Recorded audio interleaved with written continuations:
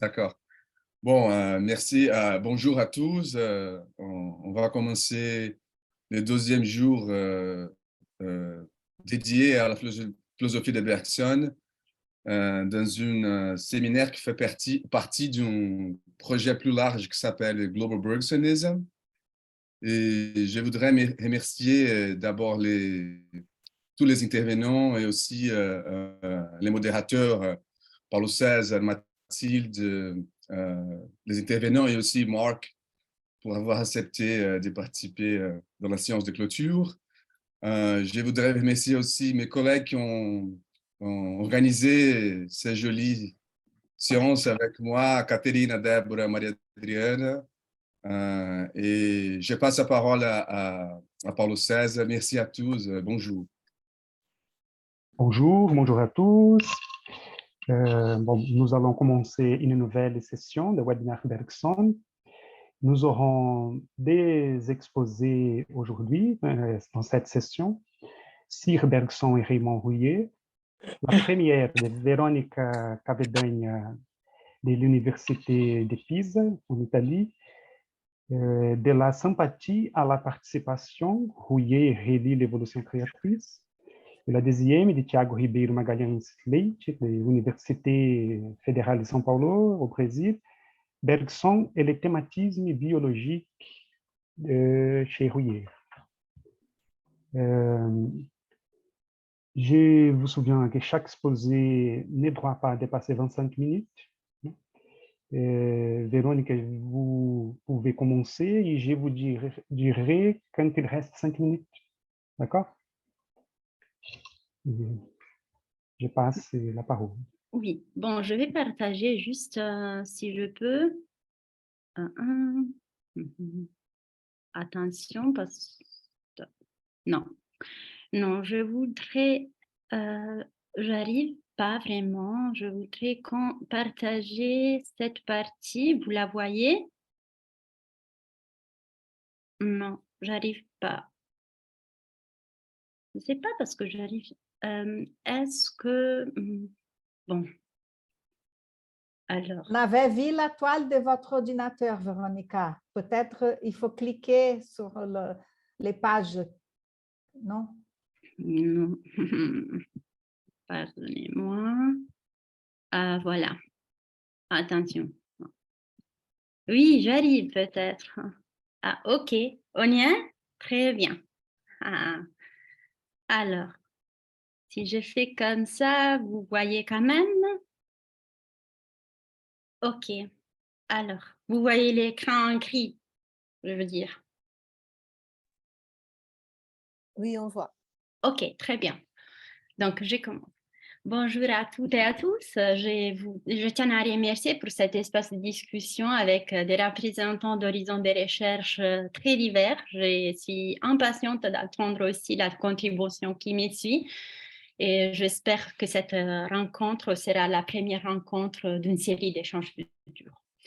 Mon intervention a pour point de départ la lecture que fait Rouillère des textes bergsoniennes d'évolution créatrice dans les éléments de psychobiologie et dans l'article Bergson et les sphex amophiles, publié dans la revue de métaphysique et des morales à l'occasion du centenaire de la naissance de Bergson. Dans ces deux ouvrages, mais aussi ailleurs à plusieurs reprises, Rouillère passe au crible les thèses bergsoniennes. Bergson n'est pas seulement une référence parmi d'autres, il est l'objet du corps à corps de Rouillère avec la philosophie. Autant dans presque chaque passage, Rouillère continue à réitérer la critique, parfois sans appel de la philosophie bergsonienne, autant il ne peut que partir de celle-ci. Et les démarquages que Rouillère continue à réécrire dans sa production, plutôt que de représenter un désaveu, prend l'allure d'une radicalisation du geste bergsonien même, avec pour résultat de les poursuivre ailleurs. La tentative que je propose va dans son sens. J'ai tenté de tracer un parcours des principaux enjeux théoriques afin de mettre en évidence la contiguïté et en même temps les glissements que j'entrevois entre les concepts bergsoniens de la sympathie et la question rouillérienne de la participation.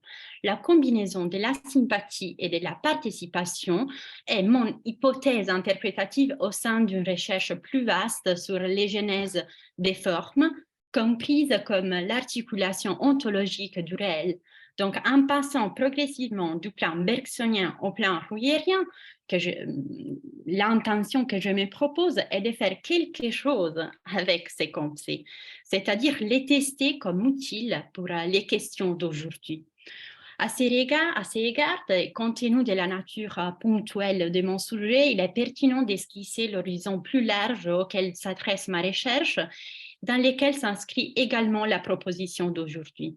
Selon mon hypothèse, tant la sympathie bergsonienne que la participation rouillérienne orientent la réflexion vers la possibilité de comprendre l'évolution de la vie comme une coévolution.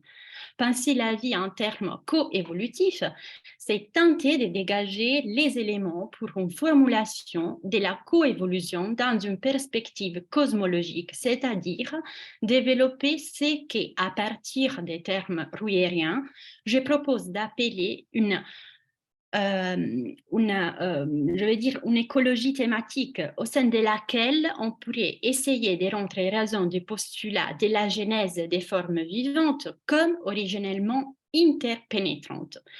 Lorsque, conformément aux urgences de notre agenda philosophique également, nous réfléchissons à la question de la composition des mondes, de la cohabilité du monde et de son devenir habitable, ou encore à la question des relations entre les êtres vivants.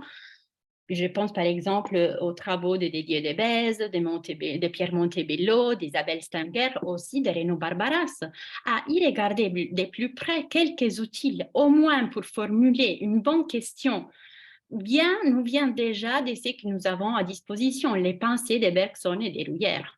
Selon ce que nous pourrions identifier comme un principe économique de durabilité de la pensée, les réflexions dont nous disposons sont encore inépuisées. Chez Bergson et chez Rouillère, nous pouvons remarquer que la composition n'est pas une condition située uniquement dans les futurs, comme un état à attendre qui nous attend à faire ou à penser. La composition est avant tout une condition qui, plus ou moins consciemment, et en disant cela, je renvoie implicitement à l'importance ontologique des réalités inconscientes et subconscientes. Donc, plus ou moins consciemment, mais indestructiblement, nous constitue depuis les débuts et depuis toujours. Et c'est quelque chose qui établit précisément la dynamique temporelle qui va du passé au présent et vice-versa. Dit autrement, la mémoire, telle que Bergson l'a identifiée de manière générale, ou la mémoire organique originelle, telle que Rouillère l'a spécifiée, ne se réduit pas à l'image de l'archive dans laquelle nous pouvons puiser de temps en temps. C'est quelque chose qui nous possède, qui nous visite, selon les dynamismes de l'évocation, pour emprunter une image à Rouillère comme la lumière par laquelle l'animal se guide activement hors d'un trou. Donc, c'est déjà une brèche dans la cohérence et la coexistence future, la possibilité d'écrire d'autres et de nouvelles variations. Penser la composition à travers une telle mémoire, c'est essayer de garder une double directionnalité historique au sens fort et une double directionnalité des sons qui se traduit en termes bergsoniens par les mouvements de descente et de remonte, des montées, et en termes rouillériens par l'image de la chaîne, qui soude les différentes étapes de différenciation en un dynamisme originel et en fonde des codépendances qui, à son tour, se ressoudent, permettant d'englober dans les variations jouées par les agents. Donc, j'ai volontairement utilisé ici des termes génériques qui me permettent d'englober les spécificités des Rouillère et des Bergson pour appeler la possibilité de penser la nature de toute activité comme une existence qui est à la fois agglutinante et propulsive, fermeture et ouverture, locale et globale, individuelle et cosmologique. En suivant les occurrences du terme sympathie dans Henri Bergson, évolution créatrice, je propose de distinguer principalement trois sphères de valence ou d'utilisation du concept. La première sphère est du côté de l'ordre de la connaissance, ou plutôt de cette connaissance particulière qui est la métaphysique. La sympathie, par opposition à la méthode cinématographique de la science, est un outil, une méthode qui permet de deviner, c'est-à-dire de présagir, d'intuitionner hors de soi par rapport aux autres êtres vivants, la durée. En ce sens, elle est une alliée à l'intuition intellectuelle. La deuxième sphère se réfère plutôt à la dimension ontologique et sert à décrire la nature de la vie, en tout en sympathie avec elle-même et la relation qui s'établit à l'intérieur de la vie en tant qu'unité, la relation d'interpénétration mutuelle, de création indéfiniment continue. On remarque ensuite une troisième sphère. Dans les troisième usages, les frontières entre les premiers et les secondes, entre les savoirs et l'être, deviennent, à mon avis, de plus en plus poreuses. Ou plutôt, elles se compliquent. C'est la sphère que nous pourrions appeler de l'expérience, un type particulier d'expérience, puisque d'une part, elle permet précisément un type particulier des connaissances, une connaissance qualitative, je veux dire. Et d'autre part, elle représente l'opportunité d'adhérer au réel comme production, au réel dans sa dimension qualitative.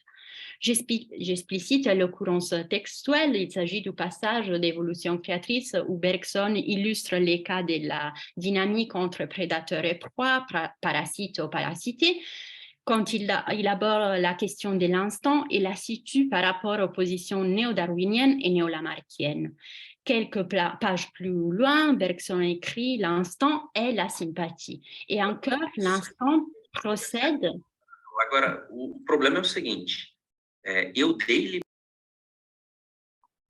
L'instant procède de manière organique. Bruyère se référera à la position bergsonienne en parlant en termes de théorie de l'instant sympathie et montrera comment l'objectif théorique de Bergson correspond à l'émancipation de l'instant à la fois de l'idée d'une mosaïque, des reflets juxtaposés par variation génétique et sélection naturelle, et de l'idée d'une retrouvaille intelligente d'un individu de l'espèce dégradée en habitude et transmise par héritage. Je vous laisse les passages, voilà, auxquels je fais référence. Vous les voyez? Merci.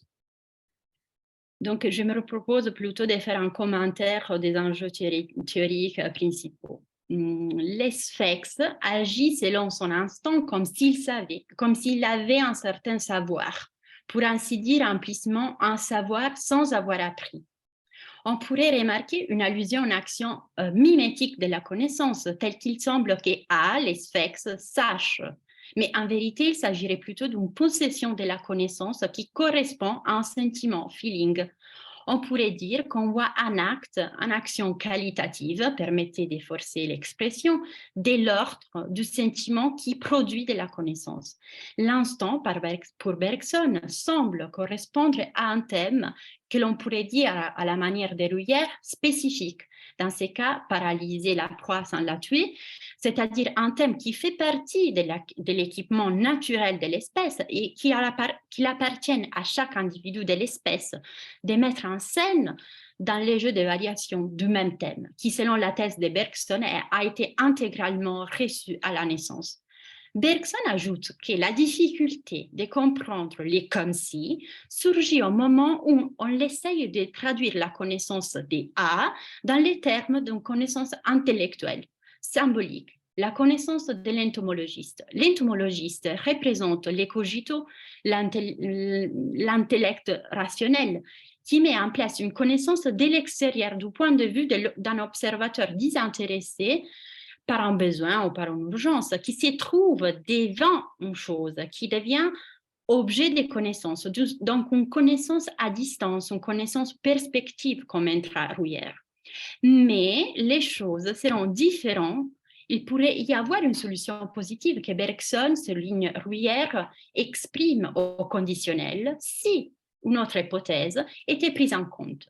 Si l'on considérait qu'entre A et B, la proie, les prédateurs, la proie, les parasites, les parasités, il n'y avait pas un rapport d'extériorité, comme celui entre un sujet observant et un objet observé, mais un rapport de sympathie, au sens étymologique du terme, de sentir avec, de souffrir avec, ou de vivre ensemble. La spécificité de la métaphysique se trouve précisément là, où s'anime en acte cette tension vers les mouvements propres à la tendance comme différenciation de la durée, finalement vers la durée en tant que telle. Donc, comme si les propres du geste de la métaphysique étaient à son tour ces gestes déplacés sur un autre plan, de sympathiser avec les tout, de se fondre à nouveau au dynamisme de l'élan à l'absolu. Afin de passer de Bergson à Ruyère, de la nature de l'expérience de la sympathie à la thématisation de la participation, je m'atteindrai sur deux branches des problèmes. La première, les rapports entre l'instant et la connaissance, les vivants et la vie. Le deuxième, la dimension ontologique de la sympathie au sein de la vie. Partant, premier cas, premier aspect.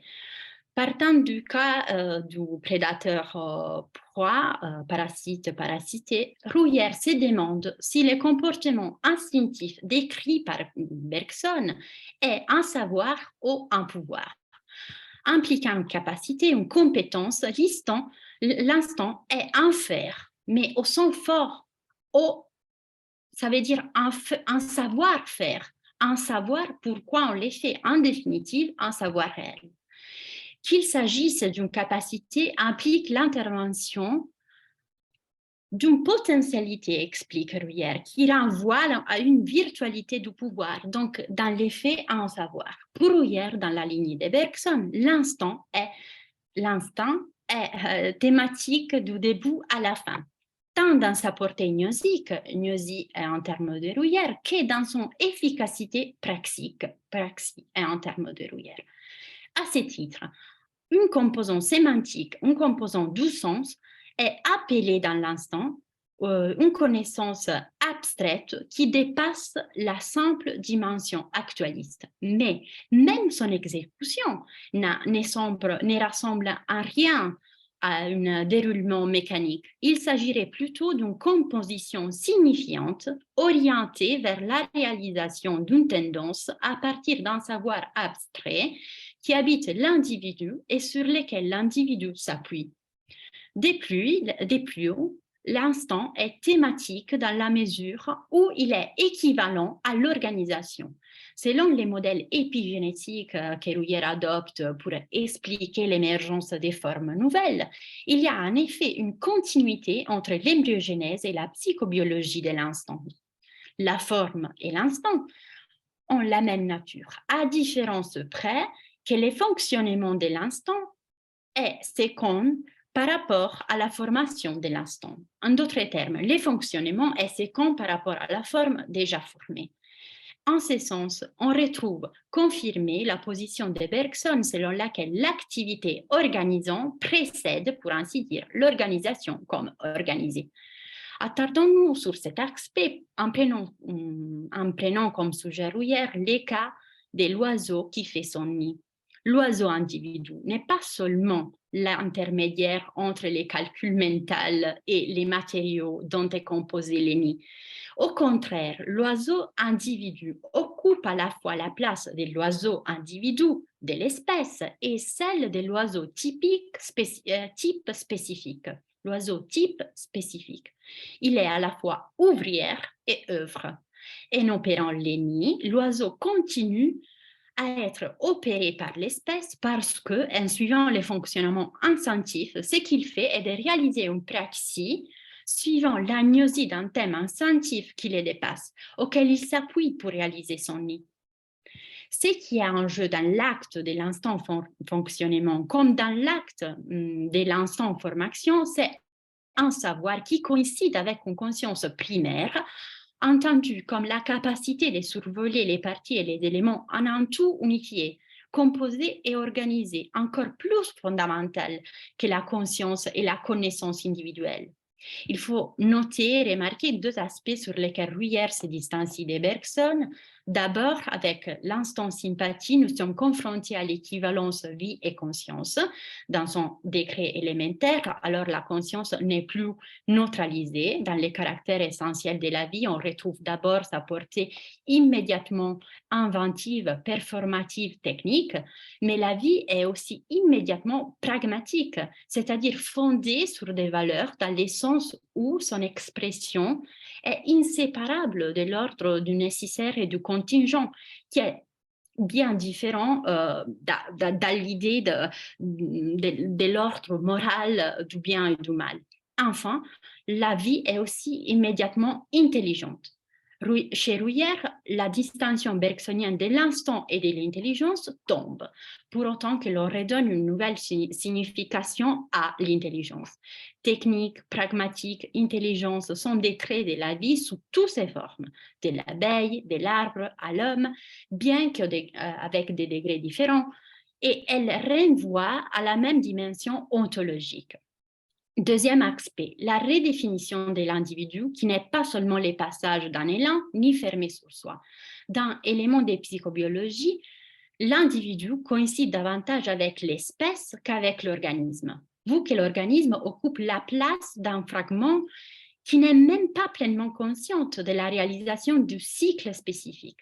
Pour mon discours, c'est sur quoi j'attire l'attention, c'est que cette autre délimitation des frontières de l'individu, fournie par l'instant, entraîne une mise en communication des comportements des différents individus à un autre niveau, c'est-à-dire l'individu prédateur et l'individu proie se prêtent mutuellement leur concours pour la réalisation de leurs cycles respectifs à un niveau systémique supérieur. On pourrait dire en plein partage et participation des thèmes. Ce dernier aspect ouvre le second aspect du problème, celui qui concerne plus strictement la question de la participation. Revenons au cas décrit par Bergson et essayons de les forcer davantage. Nous pourrions considérer la sympathie comme ces liens, ces marges de possibilités blanches mais non vides, dans lesquelles s'établit simultanément une relation entre deux positions, fonction et en même temps un passage et une organisation de l'information, tout à l'intérieur de la relation elle-même. Cette liaison entre A et B s'établit dès l'intérieur de A, mais on pourrait en dire autant de B, et par sa nature sympathique, place A dans une dimension immédiatement adhérente à la dimension qualitative du réel, c'est-à-dire dans la durée. En résumé, grâce à la sympathie, un échange d'informations a lieu sur l'état qualitatif de B, sur l'état interne de la durée de B.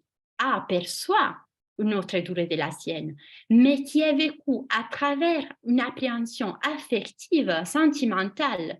En tant que telle, la dimension affective, sentimentale contient la dynamique entre passivité, activité, conscient, inconscient, qui fait les statuts de l'individu.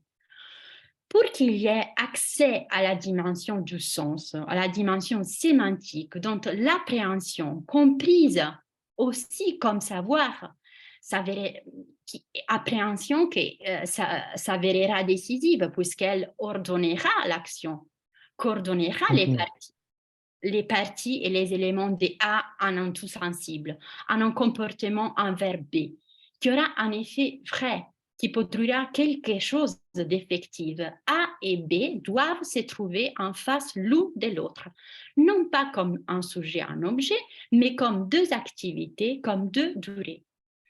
C'est être devant l'une à l'autre est encore un peu trompeur, car il renvoie à une dimension d'extériorité qui n'est pas celle qu'entend Bergson. En y regardant de plus près, on accède à la possibilité de l'appréhension qualitative du son, terme clé chez Bruyère, précisément parce que la relation qui s'établit a à voir avec une syntonisation, une mise en tension, un aller avec une expérience comme si j'étais. Dit autrement, être dans la relation de sympathie, c'est sympathiser. Et sympathiser implique un mouvement de va-et-vient entre une durée et un autre par affection réciproque. un mouvement qui est un déplacement de sa place. On pourrait dire une sortie, un retour à soi par l'expérience d'une autre durée différente de la mienne, par les contacts avec une autre durée singulière. Or, l'éventualité d'une telle sympathie-sympathisant est déjà prouvée. Selon ce que nous avons rappelé à travers de Bergson, une position que Rouillère ne rejette pas, on pourrait dire qu'il m'est donné la possibilité de faire l'expérience d'une autre durée parce que je partage déjà quelque chose d'originalement constitutif avec cette altérité, qui n'est mais qu'apparemment extérieure et qui est en vérité co-impliquée dans ma propre durée, dans ma propre origine. Je fais ici référence à la vie comme origine commune. Je garde en moi la mémoire des tendances dont ma tendance s'est progressivement dissociée et différenciée. Grâce à la sympathie, je peux revenir sentimentalement, affectivement à cette interpénétration d'où tout part. Voici la participation, mais pas seulement parce que ce qui donne la possibilité de faire l'expérience de la sympathie par la syntonisation ou l'accord avec la dimension qualitative de l'autre n'est pas simplement un retour clandestin au foyer original, au stade zéro, à l'unité. C'est aussi une expérience d'une transposition dans la dimension de devenir, un saut, une expérience de ressoudure dans la durée et de la durée même. Non seulement il y a un devenir de l'enfant à l'homme, pour reprendre Bergson, mais il y a aussi un devenir de la chenille au sphex et vice-versa. Et ce devenir se confirme dans son essence grâce à l'intégration réciproque double des deux durées, ainsi que des durées singulières par rapport à la durée comprise comme vie unique. En conclusion, en tant qu'expérience synchronique des durées, la sympathie permet, d'un côté de la connaissance, une intuition dans l'expérience et du côté de la production du réel, la multiplication du réel dans un acte d'intuition. Alors, la sympathie se révèle être un moment ontologiquement créatif, une brèche vers le futur, vers les possibles, et à travers les possibles, une nouvelle propulsion du dynamisme créatif originel. Je termine par une citation de Gilles Deleuze et Félix Guattari que j'ai retrouvée en préparant l'intervention de Qu'est-ce qu'est philosophie, qui en vérité apporte une nouvelle stimulation au débat. Il existe un camp A, B, un champ A, B qui appartient à la fois à A et à B, où A et B devient indiscernable. Ces zones des seuils et des devenirs, cette inséparabilité définissent la consistance interne du réel. Là, j'ai substitué réel au concept. La réalité, et là je fais la substitution de réel, réalité au concept, est définie par l'inséparabilité d'un nombre fini de composants hétérogènes traversés par un point en survol absolu, c'est-à-dire en vitesse infinie. La substitution pour moi est admise, surtout si la philosophie est soumise à la difficile épreuve de la sympathie. Merci de votre attention. Merci, Véronique. Oui. Le public peut poser des questions, demander la parole. Voilà.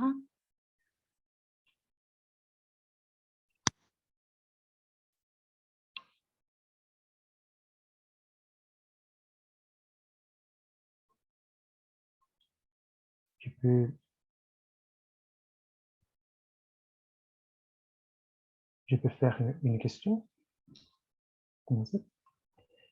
Je ne connais pas Rouillère, mais c'est un auteur très intéressant parce que j'étudie la conception des vies chez Bergson.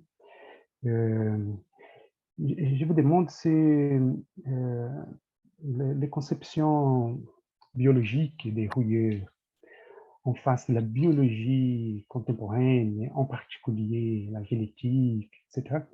Comme vous pensez la contribution des Rouillères en face de cette biologie, je pense que c'est qu'il y a une tension ou comment normalement se dit Sir Bergson, la génétique c'est incompatible avec la conception de vie de Bergson. Il y a ce débat, hein, et sur Rouillère, comme vous pensez?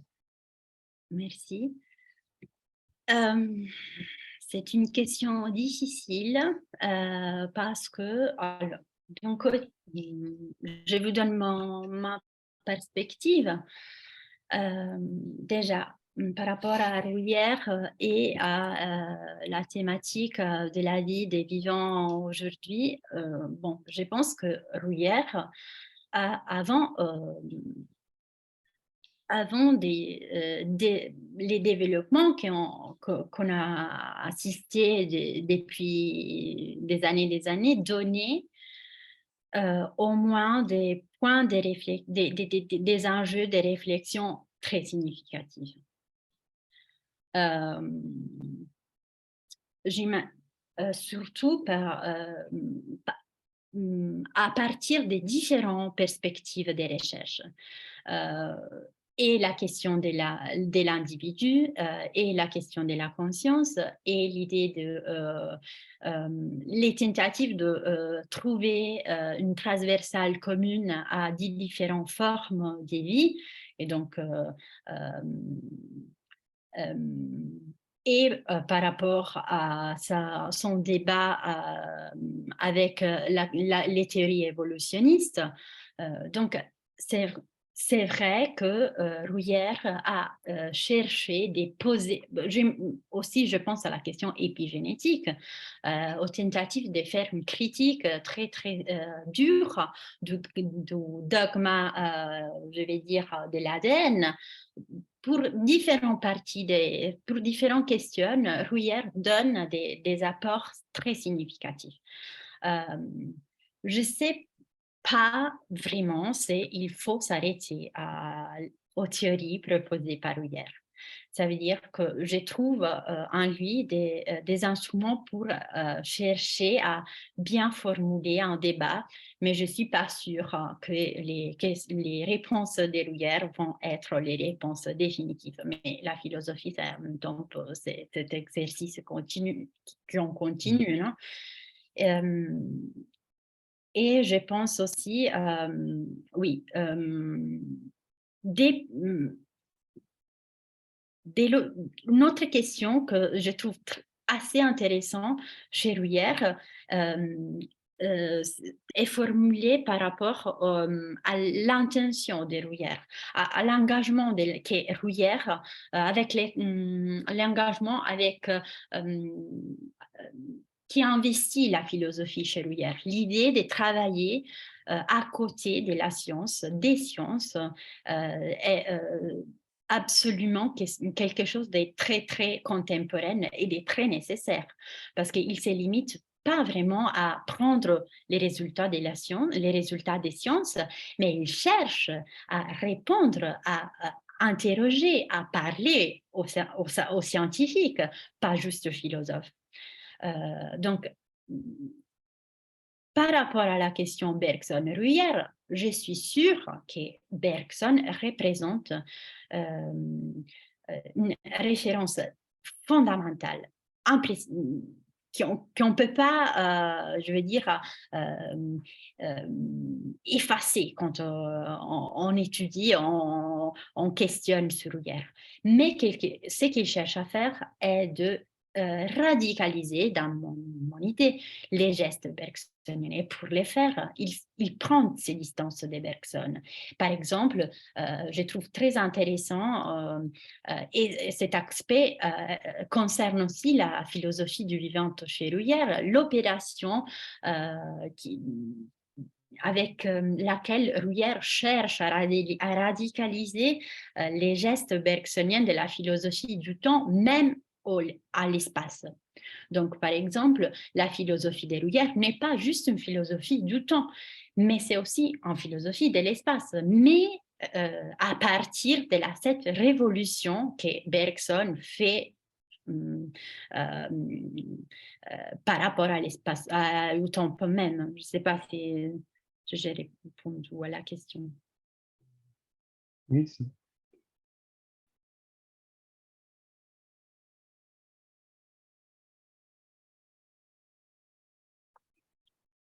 Il y a le temps pour poser une question. Il y a Bruno là. Bruno? Ah, Merci, Véronica, pour l'exposé. J'ai une question par rapport à l'idée de corps vécu. Est-ce que tu penses qu'il y a une différence entre ces corps qui pensent chez Bergson et chez Bruyère? Et s'il y a cette différence, est-ce que tu penses qu'elle est fondée sur la relation, la différence entre théorie et pratique chez Bergson? C'est ça, merci. Alors, je pense qu'il y a une différence, au moins. Oui, je pense qu'il y a une différence. Et la différence revient à la distinction entre conscience primaire et la conscience secondaire chez Bruyère. Et c'est la question que pour Bruyère, je veux dire, la conscience secondaire qu'on imagine comme la conscience cérébrale est quelque chose d'extrêmement dérivé de la conscience primaire. Et la conscience primaire, on peut la retrouver définie de plusieurs manières. Moi, pour comprendre la révolution de l'idée de conscience qui fait Bruyère, moi, je l'imagine toujours comme une activité, une manière d'être. Donc, c'est la question du concept du survol absolu, si tu as lu Néofinalisme. Donc, la conscience primaire, c'est quoi? C'est une façon d'être, une manière de consister de ce qui est réel, pas juste vivant, c'est ce qui est réel, vraiment vivant, vraiment réel.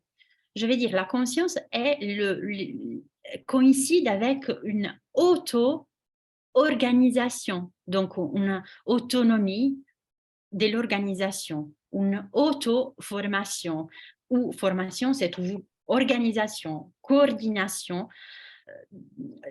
des réalités. C'est vrai que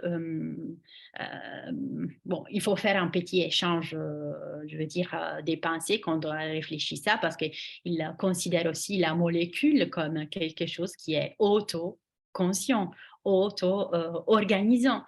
Mais je vais dire, c'est très intéressant parce que ça déplace quand même au moins les points de départ. Au moins le point de départ. Après, c'est vrai aussi que j'aurais du mal à, je veux dire, de délimiter la philosophie de Bruyère à la question de la différence entre conscience primaire et conscience secondaire, parce que sa philosophie est plus subtile que ça, et donc il entrevoit des différences entre les vivants et juste les agents, qui sont par exemple les molécules ou les atomes. Mais c'est vrai qu'il y a à la base cette distinction qui fait une différence, à mon avis, très grande par rapport à Bergson. Par exemple, la différence entre instant et intelligence tombe, mais aussi par rapport à la question végétale, les trois lignes de différenciation. Il faut réécrire, comme réécrire la cartographie ontologique. Selon moi, la chose la plus intéressante, c'est ça, un déplacement de la manière d'écrire la cartographie ontologique de ce qui existe, qui coïncide plutôt avec une manière, un mode de se former continuellement pour toute la durée de la vie, je veux dire de la vie ou de l'existence, de la subjectivité. L'idée aussi de subjectivité est distribuée, par exemple, par rapport à la distinction entre conscience primaire et conscience secondaire. Je ne sais pas si je vais répondre. merci. Merci, Véronica. Je pense que c'est bien. Nous pouvons passer la parole à Thiago. Paulo, je Ouais. pense que tu Il y a n'es deux pas en train de questions. voir, tu n'es pas en train de voir les rendes. Il y a deux personnes qui ont... Ah non, mais ok. je ne vois pas. Ah, ok. Parce Ah. Donc, que a moi, não está aqui, não aparece para mim. ok. Il y a Caterina et Maria-Adriana, ok? Ah, oui. Ok. Excusez-moi. Merci, C'est pas grave. merci Deborah. Je vais être très rapide parce que je vois que nous n'avons pas beaucoup de temps, mais j'étais très intéressée par votre exposé, notamment par ce que vous avez dit à propos de la distinction entre intelligence et instinct et comment Rouillère radicalise un peu cette continuité, disons, dans la vie, dans la tendance consciente de la vie. Et je sais qu'il était très intéressé par la psychologie animale, que les questions de l'anthropologie philosophique l'interrogeaient aussi, l'interpellaient aussi. Et je me demandais si la sympathie jouait un rôle dans ce cas aussi de la différence anthropologique, de la différence, de la spécificité anthropologique plutôt, parce que j'ai l'impression que chez Bergson, on trouve la sympathie à l'œuvre surtout dans l'instinct chez les animaux et dans l'intuition chez les êtres humains. Donc, il y a une continuité qui est en tout cas aussi une discontinuité.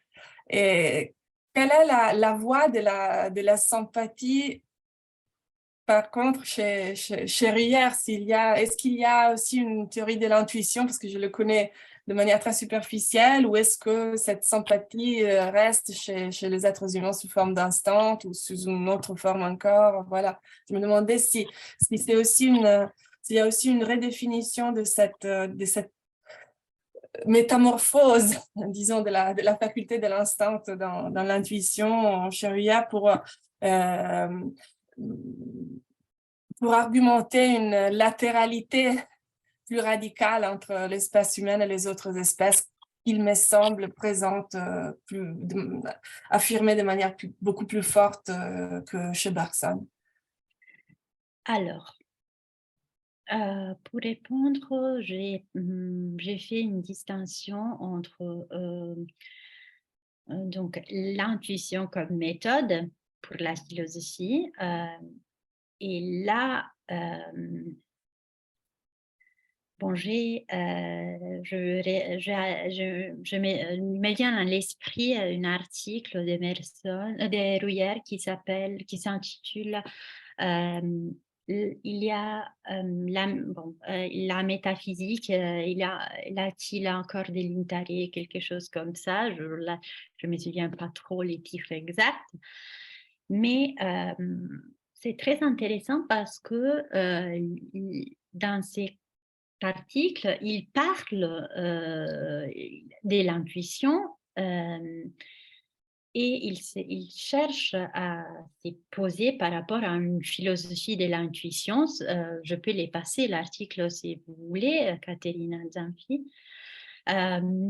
Et je trouve qu'il faudrait travailler encore dessus parce qu'il semble, bon, je veux dire, il semble que l'intuition, ça représente une voie d'accès aux sphères métaphysiques, aussi à l'autre comme être conscient, mais au final, il y a quand même un problème d'intersubjectivité,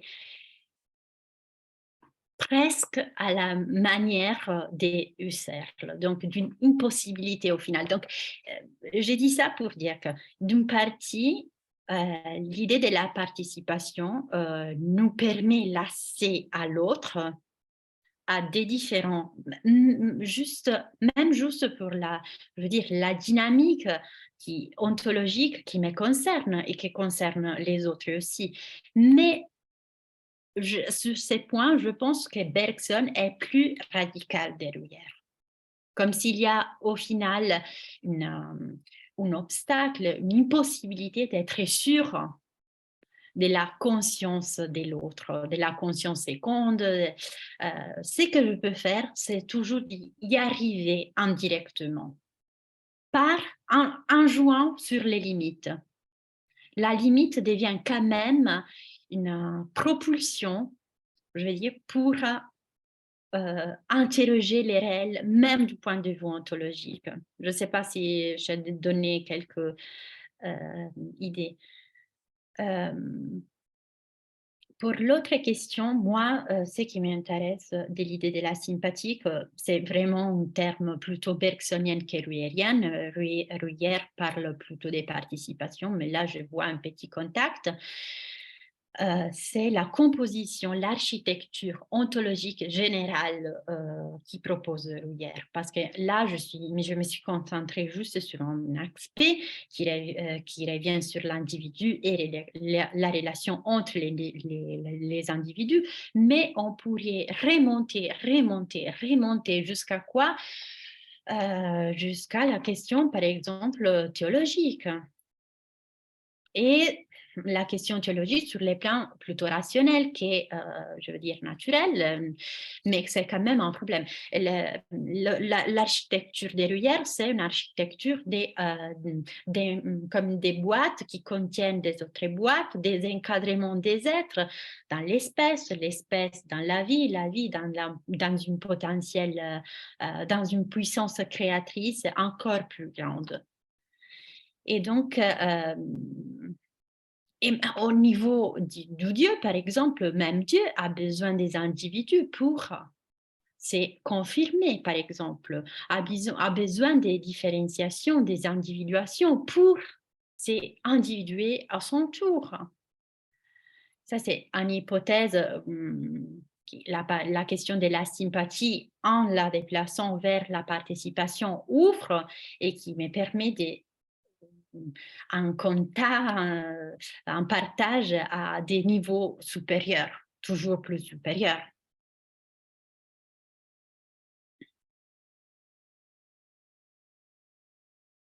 Merci, Adriana.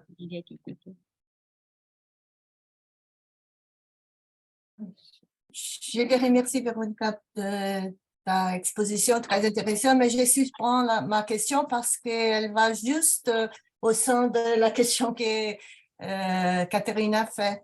Bon, donc je la suspends. Merci. Merci à vous.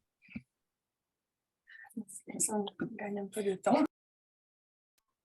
Bon, merci, Véronique. À vous. Je passe la parole